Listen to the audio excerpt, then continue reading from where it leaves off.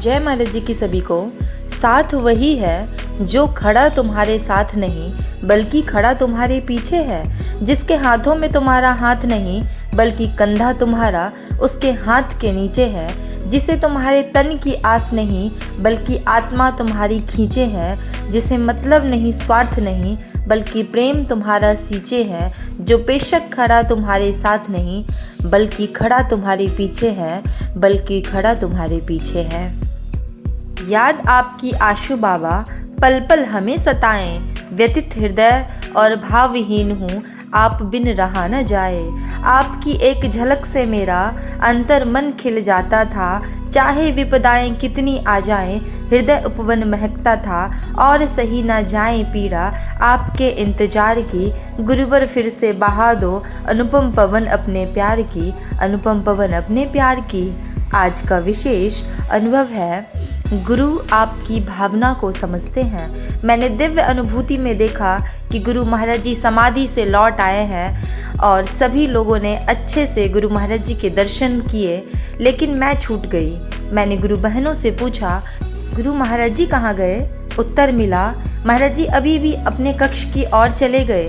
यह सुन मैं भागती हुई महाराज जी के कक्ष की ओर चली गई।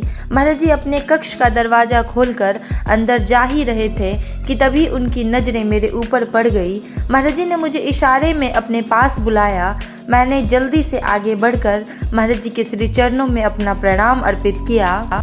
महाराज जी मुझसे पूछे, हमें जो कार्य आपको दिया था क्या आपने उसे पूर्ण किया है?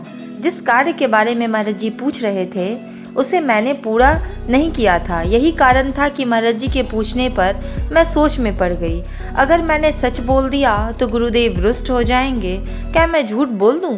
नहीं नहीं नहीं। शास्त्र कहते हैं कि सतगुरु के समक्ष कभी असत्य भाषण नहीं करना चाहिए।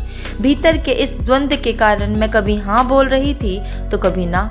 अंत में अपनी भूल को स्वीकारते हुए कहा, महाराज जी मैं अभी तक उस कार्य को पूरा नहीं कर पाई। मेरी बात सुनकर महाराज जी ताली बजाकर हंसने लगे और बोले, हम यही देखना चाहते थे कि तुम हमारे समक्ष सच कहती हो या झूठ। एक बात हमेशा याद रखना, गुरुदेव के समक्ष कभी झूठ नहीं बोलना चाहिए। महाराज जी एक बहन का नाम लेते हुए कहा, अच्छा उसे अंदर भेज दो। मैंने कहा, जी महाराज जी। मैं बाहर आकर उस बहन को अंदर भेजती, इससे पहले ही महाराज जी स्वयं बाहर आ गए। महाराज जी ने उन बहन से बात की और फिर सारी संगतों को दर्शन दिए। कुछ देर बाद महाराज जी जैसे ही अंदर जाने लगे तो मैंने कहा, महाराज जी मैं आपसे कुछ कहना चाहती हूँ। महाराज जी ने कहा, कहो। महाराज जी कभी कभी लगता है कि हमारी भावनाओं का कोई नहीं समझता। महाराज जी ने कहा, कुछ देर तक मुझे देखते रहे और फिर बोले, आपके गुरु तो आपको और आपकी भावना को समझते हैं ना, फिर किसी और के समझने की क्या ज़रूरत है? सब कुछ गुरु चरणों में अर्पित करते चलो। बहुत सुंदर अनुभव था। ऐसी ही दिव्य अनुभूति अगर आप लोगों के जीवन में भी घटती है तो दिव्य ज्योति जागृति संस्थान अनुभूति हेल्पलाइन नंबर पे अपने अनुभवों को रजिस्टर कराना ना भूलें। जय महाराज जी की सभी को।